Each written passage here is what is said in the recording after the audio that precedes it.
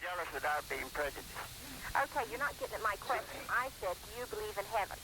No, we're in hell. We know where heaven's at. Heaven will be the turnaround of our condition. You're in heaven now.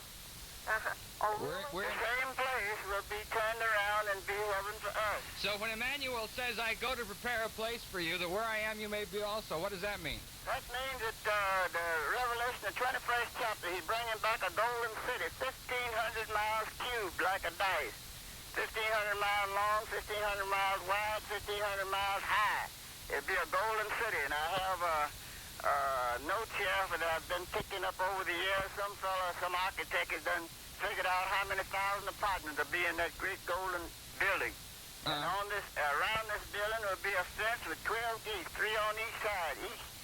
Each side has one of the sons of Jacob, the children of Israel. There's no gate for nobody else in that. Okay, and in this big city, it's just going to be you and and other black people, right? There'll be a number that no man can count. Okay, and white people are just out of luck, right? They'll be in the lake of fire. What?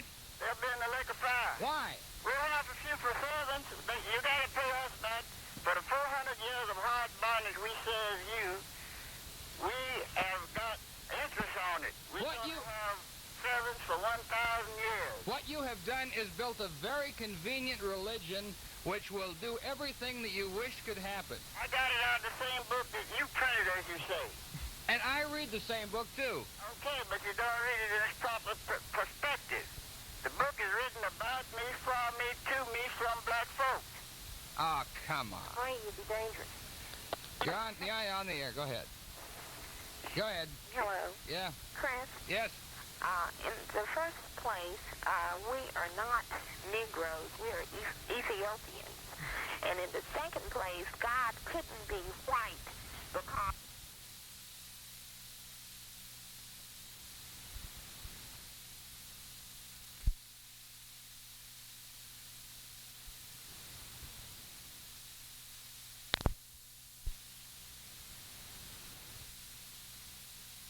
straight hair. Ma'am, I have never printed a picture in my life. Hey. I'm not I'm not an artist. I don't draw anything.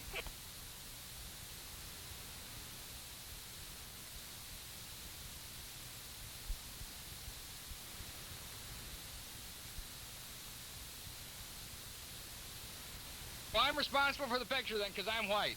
That's right. Ah, baloney. You're on Wavy. Yes. Jim? Hello? Jim? My name isn't Jim. What is your name? My name is Chris. My name is Hassani, and if you're going to come on the... You're on Wavy. Oh, Chris? Yeah, go ahead. You know, you're gentlemen, I'll call them gentlemen. Yeah? Anyway, they said there's no such thing as God and love in the Bible. Yes? Sure, I can just pick up the Bible anyplace. I just picked it up and just opened it in John 2. John 2. Have no love for the world. The Father is the love, and this and that, and everything else. If you don't For God so loved the world, John 3:16. 15 John, if you have no love for the world, never think that the world affords. If anyone loves the world, the Father's love has no place in him. And then over in chapter 2, whoever keeps his word truly has the love of God. Okay, Jeremiah, you're laughing, but answer that. I'll answer that with this question. If he loves all that, like you say, why don't he bring back Sodom and Gomorrah and all those cities that he destroyed? Why would he join in battles with Israel to kill other people? Why would he say that he hates Esau in Malachi 1 and 4? What you're reading about has been made up when King James I invented a book for his people, just like they're doing over there in Ireland now, the process against the Catholics or whatever they're doing. Which is the same book you've been quoting from since you got on the air. Yeah, that's right. And this is what I'm trying to tell you now. We're quoting from the Old Testament, and you're quoting from the King James Version. Well, that's right, but it's a mighty one's words, though. You can tell that because his words always come true. Fine. Okay, I'm not arguing that. I agree it's the King James Version is authentic. I'm not knocking that at all. Right, but he had to invent a book that would include his people because they were killing off each other, because when this guy, Tyndale or whatever, William Tyndale, wherever it was, went back and deciphered the book in around about 1597 or whatever it was back then. William Tyndale. Tyndale, yeah, whatever. That's why he got lynched over in Brussels, Europe, over in Brussels, about he didn't bring back anything for whites. He had everything black. He translated just like it was. That's why they ran him all over Europe and lynched him in Brussels. No, he's not a God of love. He's a God of his people. And this country, this nation has done such a dastardly job to his people, will feel his wrath. And if you go back and you check Isaiah 14:1, and I quote, "For the Yahweh will have mercy on Jacob, and will yet choose Israel, and set them in their own land." And he's not talking about Georgia, Alabama, Mississippi. He's talking about the land of Israel. And he says, "The strangers shall be joined with them, and they shall cleave unto the house of Jacob. And the people shall take them, and bring them to their place. And the house of Israel shall possess them in the land of the Lord for servants and handmaids. And they shall take them captives, whose captives they were, and they shall rule over their oppressors." Now, if you want to deny that, you can, but you can't beat it. Okay, fine. We all know that you can take the Bible and you can take out of it anything you want. You can make the Bible say anything you want it to say. All you have to do is just take certain parts here and there. The thing is, you're completely denying certain portions of the Bible. Like what? Where it says God is a God of love. That simple verse. Okay, now you show me anywhere in the New Testament where it says, "And the Most High said unto me, Son of man, take your inkhorn and write such and such and such." These things in the Old Testament was written verbatim, like a secretary would take a dictation from her boss. This is how our prophets wrote these things. And you can't deny that they openly admitted that the New Testament was made up off of letters that somebody would write a letter to somebody else. And in other words, it has no authority.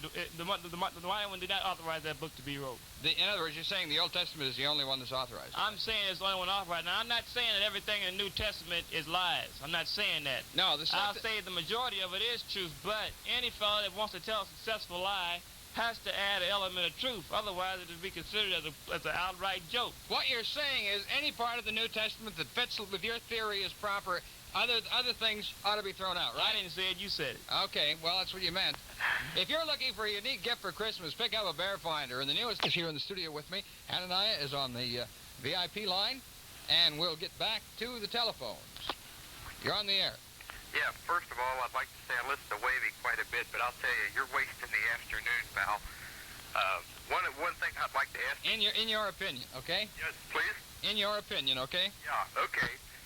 First of all, I'd like to ask these two, whatever you want to call them. They're people, sir. Is that what they are? Yeah, Because from listening to them, they sound like animals. Do they believe in evolution? Yeah, we believe in evolution on your term. That's your lineup. That's your linkage. There is no missing link. You the link. There is no missing link. I'll believe there's no missing link between you and an ape. I'll tell you. Yeah, well then explain to me why you have the small monkey lips, like any common monkey, or you have the odor of one, or not only that, why your makeup is like one. Why I say like the C back, like the how you walk. And your rear end being flat. Explain to me why your women have straight hair like any common animal out in the forest. You gotta be kidding. Your knuckles gotta be dragging the ground, pal. I don't even believe this conversation. You're on Wavy. All right, start. Hello? Go ahead. Me? Yes, you're on the air. All righty. These men are quoting and confining their thinking within the realm of what they say is the Old Testament and Revelations. Is this true? Yes, it's true. All righty. I noticed that they are very good at isolated chapters and verses.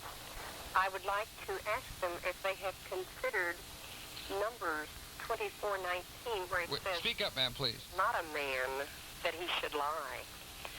And if they have considered Genesis 1, where it says, Ma'am, you'll have to speak up. I would like to know if they have considered Numbers 21:19, where it says, "God is not a man that he should lie." Genesis 1, it says, "And the Spirit of God moved upon the waters." Revelation, the last verse, where you do not add to or you do not take from. How can they explain these three to me? Okay. You want to come in? Go ahead, Hannah. You were waiting on the rims. Well, that's true.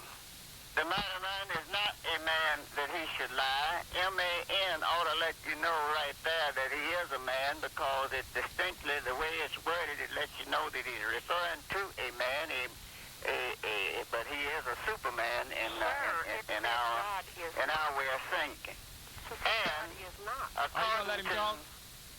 Psalms, the 30th. Ma'am, will you let him talk, please? It says he spoke and these things were done. So this is the Spirit that moved upon the deep, his thoughts. That's all he had to do. He didn't go out there. Only one man, he gives you the procedure that he used when he took some mud and made it up and made a man. This is the man that started civilization, and then he put this man in a garden east within Eden. He didn't say that about this man over there in 1 and 27, the male and the